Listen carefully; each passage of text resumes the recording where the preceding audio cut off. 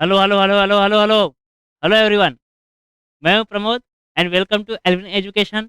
हम देख रहे हैं 12th क्लास के बच्चों के लिए कॉन्सेप्ट क्रैश कोर्स, जिसके अंदर का पार्ट 2 का चैप्टर स्टार्ट किया है, magnetic field due to electric current. तो इससे पहले ऑलरेडी 3 लेक्चर आउट हो चुके हैं। अगर आपने उन लेक्चर्स को नहीं देखा है तो जाके प्लीज़ देखिए। जैसा कि फर्स्ट लेक्चर में ऑलरेडी बताया था कि magnetic field due to electric current के 3 हिस्से हैं। सबसे पहला हिस्सा होता है आपका मैग्नेटिक फील्ड का। तो मैग्नेटिक फील्ड निकालने के लिए हमने आपको 2 वीडियो दिया, जिसके अंदर में कवर किया solenoid, toroid, magnetic field due to a infinitely long straight wire and then magnetic field due to a arc wire. तो ये चारों आपके मैग्नेटिक फील्ड डेरिवेशन हमने कवर किए। देन थर्ड लेक्चर के अंदर में हमने कवर किया मैग्नेटिक फोर्स क्या होता है, एंड उसके अंदर में वेरी इंपॉर्टेंट डेरिवेशन जो आपका आता है magnetic force per unit length experience by the 2 parallel straight wires. तो मैग्नेटिक फोर्स कवर किया हमने थर्ड लेक्चर के अंदर। अब थर्ड हिस्सा जो आपका बचा हुआ है इस चैप्टर का, वो है आपका मैग्नेटिक टॉर्क। सो आज के लेक्चर में हम देखने वाले हैं magnetic torque. So please put a heading magnetic torque. चलिए स्टार्ट करते हैं। ठीक है, मैग्नेटिक टॉर्क। अब मैग्नेटिक टॉर्क को समझने से पहले मैं यहाँ पर आपको एक टर्म डिफाइन करना चाहूंगा, जो होता है मैग्नेटिक मोमेंट। सो साइड में कॉपी में कहीं लिख के रखेंगे मैग्नेटिक मोमेंट। मैग्नेटिक मोमेंट क्या होता है, ध्यान से देखिए। Whenever any current carrying loop, whenever any current carrying loop is observed, then इस लूप के अंदर जब आपका एक करंट फ्लो कर रहा है आई, तो because of this current I, this loop behaves as a magnet. क्या बोल रहा हूं? The current carrying loop behaves as a magnet. कैसे करता है बिहेव, ध्यान से देखिए। जब भी इसमें आपका एक करंट इस तरीके से घूमेगा, तो हम निकाल सकते हैं यहाँ पर करंट का मैग्नेटिक फील्ड का डायरेक्शन। तो ऊपर वाले वायर में देखिए, ऊपर वाले हिस्से में देखिए, करंट जा रहा है इस साइड, तो मैग्नेटिक फील्ड आपका लूप के अंदर जाएगा एंड साइड बाहर से बाहर निकलेगा। क्या मतलब है? मैग्नेटिक फील्ड आपका दिखाई देगा कुछ तो भी इस तरीके से, यहाँ से अंदर गया और यहाँ से ऐसे बाहर आया। मैग्नेटिक फील्ड यहाँ से अंदर गया, यहाँ से इस तरीके से ऐसे बाहर आया।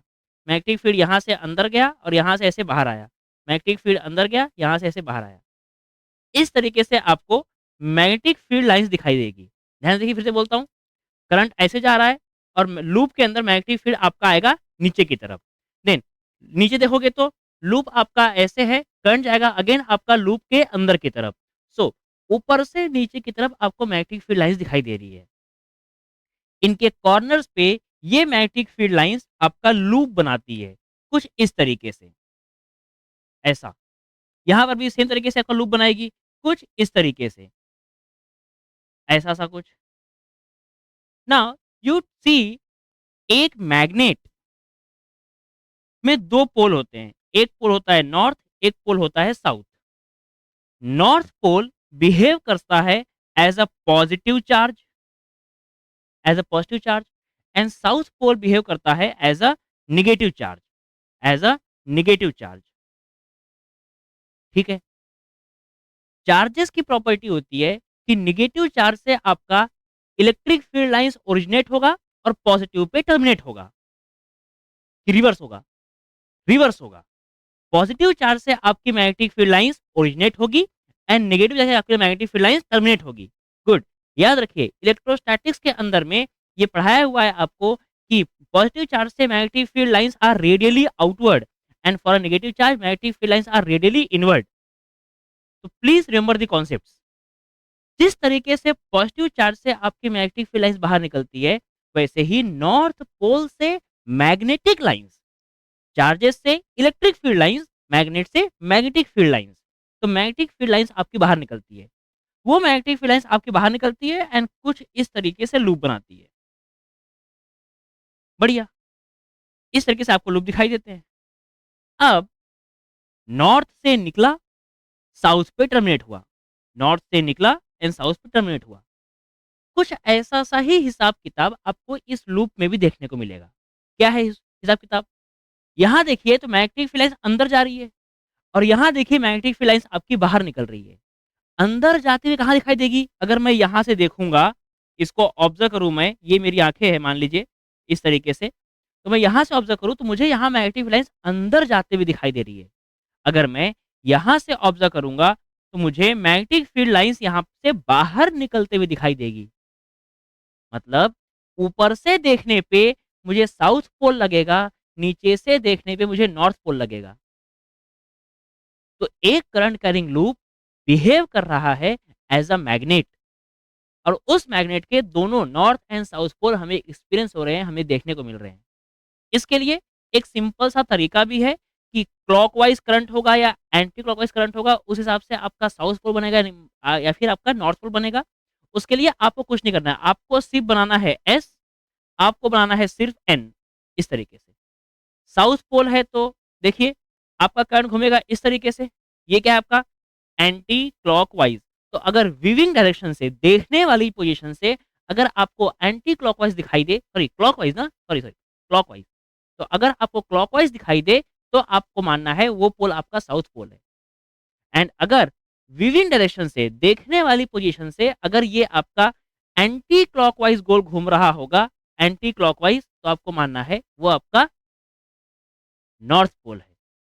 देन इस मैग्नेटिक मोमेंट को डिनोट करते हैं हम स्मॉल m से, and the magnetic moment is defined as I into में A, where I is current and A is area of loop, area of loop.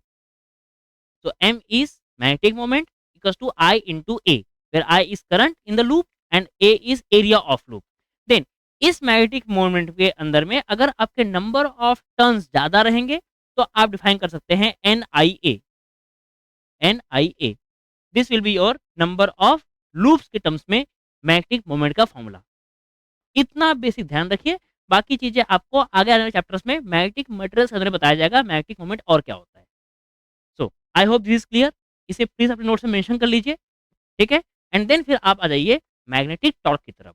अब क्या होता है मैग्नेटिक टॉर्क, ध्यान समझो। Let us consider a magnetic field, constant magnetic field going inside the plane of paper having magnetic field strength B। जो चीजें बोल रहे हैं ये चीजें आपको थ्योरी में मेंशन करनी है, ठीक है। इस लूप के अंदर एक, इस मैग्नेटिक फील्ड के अंदर एक इस तरीके का लूप रखा गया। इस लूप का नामकरण कर दीजिए, ये हो गया P, ये हो गया Q, ये हो गया R, ये हो गया S। This is PQRS loop having number of turns capital N। Then अगर आप इस लूप को देखोगे तो इस लूप में अगर करंट I फ्लो कर रहा है, ध्यान समझना, अगर इस लूप के अंदर करंट I फ्लो कर रहा है, इसका लेंथ है L1, तो ये भी हो जाएगा L1। अगर इसका ब्रेड्थ है L2, तो ये भी हो जाएगा आपका L2। L1 L2 with the length and breadth of this rectangular loop। Now please try to understand। हमने आपको वायर के अंदर मैग्नेटिक फोर्स निकालने का तरीका सिखाया। क्या तरीका था? Arrange your fingers in the direction of magnetic field and thumb in the direction of motion of positive charge. Motion of positive charge का मतलब direction of current. So direction of current जहां रहेगा उस तरफ अलाइन करिए, और face of the palm will give you the direction of magnetic force. तो करिए अरेंज, मैग्नेटिक फील्ड अंदर, करंट ऊपर, मैग्नेटिक फोर्स इस साइड। बढ़िया लगा बेटा, ये हुआ आपका magnetic force. Let suppose FPQ, चल जाएगा। सेम तरीके से यहां अगर निकालोगे तो मैग्नेटिक फील्ड गया अंदर, करंट आ रहा है इधर, face of the palm is upward, ये हो गया आपका मैग्नेटिक फोर्स। ये हुआ अगेन आपका magnetic force on QR direction, QR direction. Then same तरीके से मैग्नेटिक फोर्स यहां निकालेंगे आप लोग। प्लीज अपने राइट हैंड पाम रूल को यूज करिए एंड बताइए क्या डायरेक्शन सही निकाला गया है। FRS, और यहां निकालिए FQS, QP, QP, SP, SP, FSP, ठीक है। Now you write down all the formulas, all the values of this formula और द फोर्स। बताओ क्या आएगा। क्या FPQ आपको मिलेगा, फॉर्मूला होता है I into L into B, last class में करवाया हुआ है। I करंट क्या है बताइए, I लेंथ क्या है बेटा L2, एंड B क्या है magnetic field, magnetic field strength is B। Then similarly क्या आपको ये फोर्स FRS क्या एफ आर एस मिलेगा, करंट है आर, लेंथ है L2, मैग्नेटिक फील्ड है बी। क्या बेटा दोनों के दोनों फोर्सेस आपके इक्वल है? क्या दोनों फोर्सेस अपोजिट है? इक्वल एंड अपोजिट फोर्स क्या इस लूप को बैलेंस कर देंगे? हम बैलेंस कर लेंगे। सिमिलरली एफ क्यू आर आपको मिलेगा I into L one into B, and F S P आपको मिलेगा I into L one into B. क्या ये दोनों फोर्सेस भी आपके इक्वल एंड अपोजिट है? हाँ है।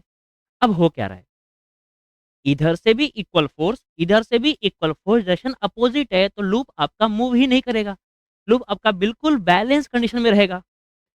बट अगर इस लूप को, अगर इस लूप को इसकी एक्चुअल पोजीशन से किसी एक सर्टन एंगल पे रखा जाए, इसका एक्चुअल पोजीशन क्या था बेटा, ये वाला। बट अब इस लूप को इसकी एक्चुअल पोजीशन से डिस्प्लेस कर देते हैं। मान लीजिए अब लूप को हमने थोड़ा सा एंगल पे ला लिया कुछ इस तरीके से, उसका एक्सिस ये था, हमने इस लूप को मैग्नेटिक फील्ड के डायरेक्शन से कुछ एक एंगल पे रोटेट कर दिया। अब क्या होगा बताइए, क्या अभी भी फोर्स यहाँ पर एक लगेगा? क्या अभी भी फोर्स यहाँ पर एक लगेगा? दूसरा फोर्स यहाँ, चौथा फोर्स यहाँ, 2 3 4 फोर्स हो गए। क्या बेटा ये दोनों फोर्स, नामकरण कर दो पी क्यू आर एस, क्या अभी भी बेटा आपका एफ क्यू आर और एफ एस पी, क्या ये दोनों फोर्स अभी भी सेम लाइन में लग रहे हैं एंड इक्वल एंड अपोजिट है? यस। तो ये दोनों फोर्स तो एक दूसरे से हो जाएंगे बैलेंस, कोई फर्क नहीं पड़ा। But this two forces you observe, ये दोनों फोर्सेस देखिए, ये फोर्स क्या है, ये फोर्स हो गया आपका एफ आर एस, जिसका मैग्नीट्यूड है I into L two into B, और इसका मैग्नीट्यूड आएगा आपका force on P Q equal to I into L two into में बी। दोनों फोर्स इक्वल है, दोनों फोर्स अपोजिट है, but there line of action is not same. आपको मैं दिखाता हूं एक कॉपी लेकर के, ध्यान से देखिए। कॉपी तो नहीं मिली, लैपटॉप मिल गया, चलिए लैपटॉप से बताते हैं आपको। ध्यान से देखो, ये था आपका पहले actual position of the loop, जिसमें इधर लगे थे दो फोर्स और ऊपर से लगे थे दोनों फोर्स। ये दोनों चारों फोर्स एक दूसरे को इक्वल एंड अपोजिट डायरेक्शन में रख करके बैलेंस कर रहे थे। बट अब इस लूप को मैं थोड़ा सा डेविएट कर दिया। अब मैग्नेटिक फील्ड मेरी तरफ है एंड लूप आपका इस तरफ है। अब मैग्नेटिक फील्ड एंड लूप देखोगे तो कुछ एक एंगल पे है, एक फोर्स लग रहा है इस साइड, एक फोर्स लग रहा है इस साइड। क्या ये इक्वल एंड अपोजिट फोर्स इस पूरे के पूरे लूप को ऐसे गोल घुमा देंगे इस तरीके से? बताइए, लूप पूरा ऐसे गोल घूमेगा because of the equal and opposite force.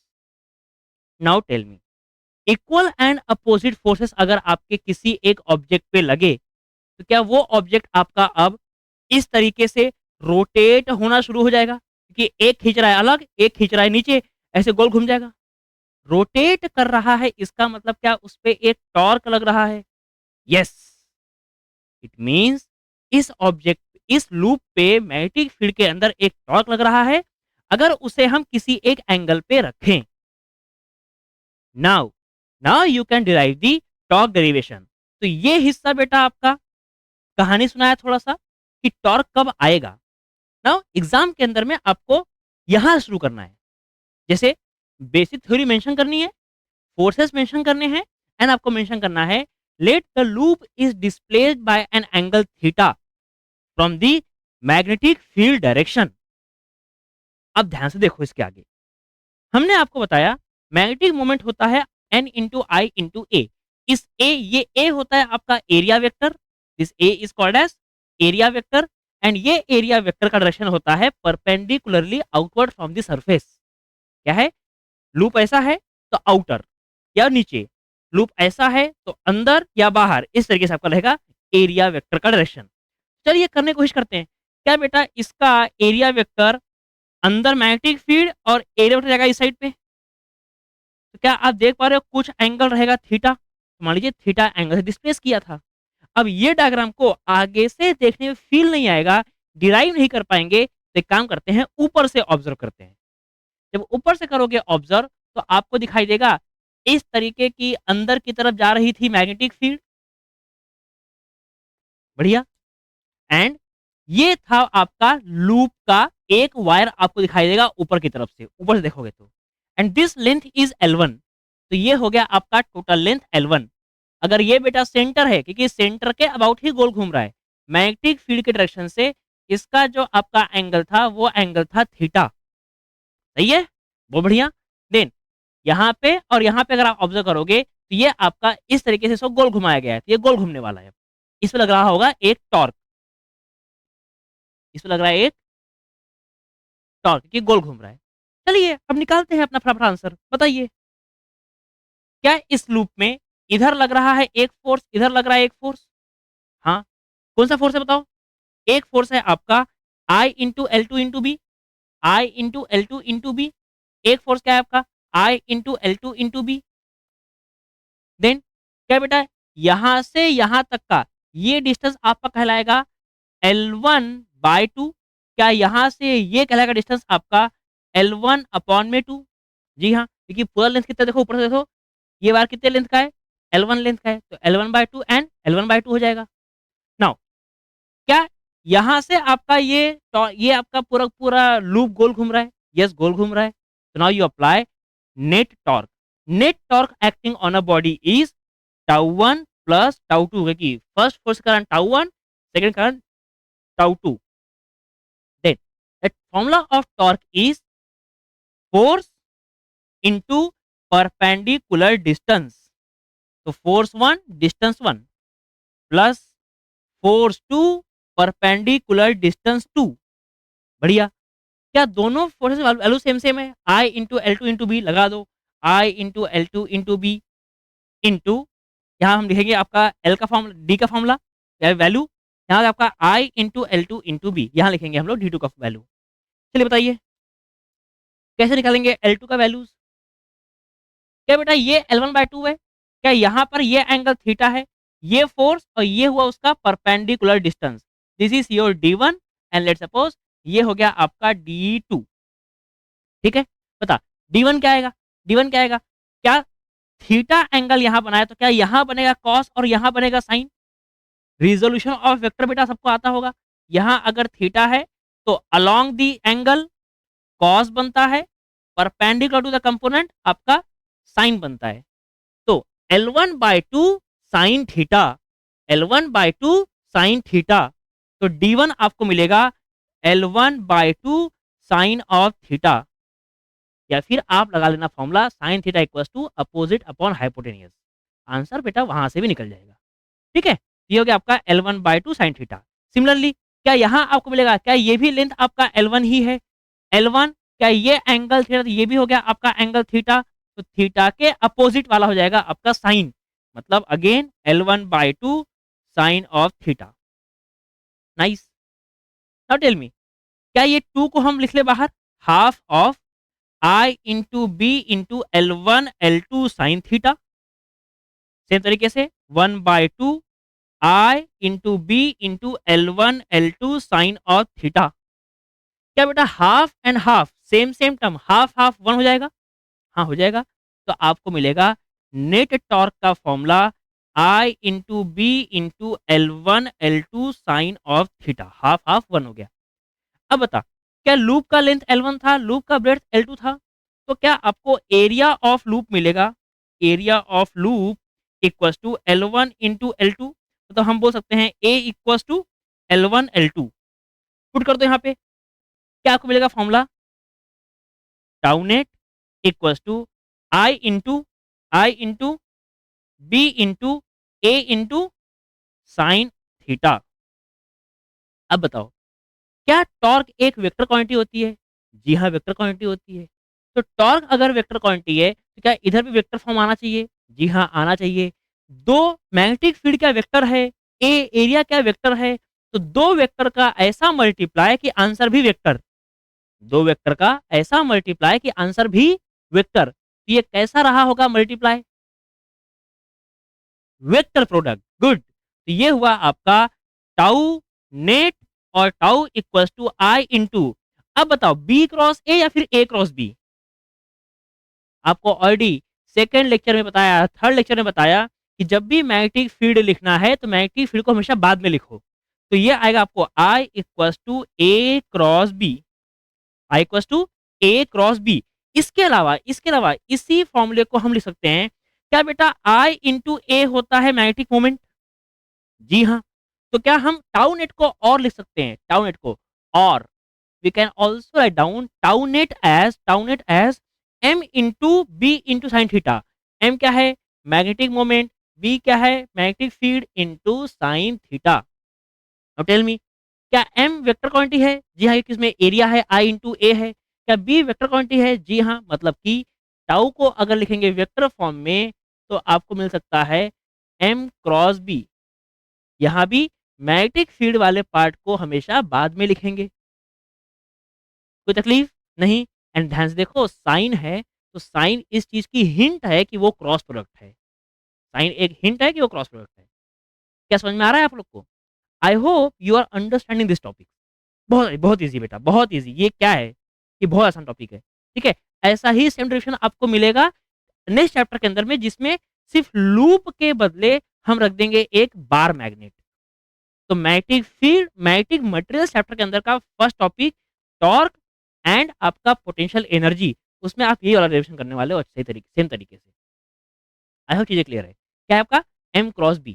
Now if you are having number of turns as n, for for n number of turns, for n number of turns, तो आपको मिलेगा टाउ नेट का formula, tau net का formula n into m cross b, m cross b, tau net equals to n into m cross b।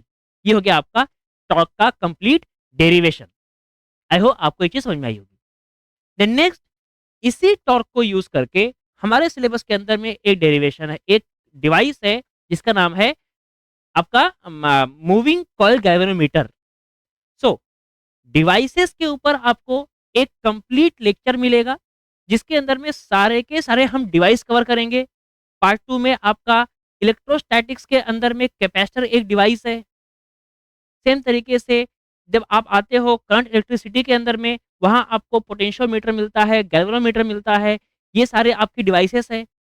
इस particular chapter के अंदर में cyclotron and आपका मूविंग कॉइल गैल्वेनोमीटर एमसीजी, ये again ये devices हैं। तो इन सभी डिवाइसेस के ऊपर आपको एक सिंगल लेक्चर मिलेगा जिसमें all devices will be covered, ठीक है। तो उस लेक्चर का वेट करेंगे, आपको वो लेक्चर मिलने वाला है, डेफिनेटली हम बनाने वाले हैं, उसको प्लान किया हुआ है। तब तक के लिए जितने डेरिवेशंस आपको करवाए जा रहे हैं, इन डेरिवेशंस को अच्छे से करके रखिए, न्यूमेरिकल्स को सॉल्व करिए इन फॉर्मूला के बेस पे। एंड देन मिलते हैं हम लोग अब नेक्स्ट लेक्चर के अंदर में, जहां हम स्टार्ट करेंगे आपका next chapter. The next chapter again रोने धोने वाला चैप्टर, जिससे बच्चों को बहुत तकलीफ होती है, that is electromagnetic induction. So electromagnetic induction को करेंगे अब हम नेक्स्ट चैप्टर के अंदर में स्टार्ट। सो तब तक के लिए थैंक यू सो मच। देखते रहिए, कीप स्टडिंग, स्टे मोटिवेटेड।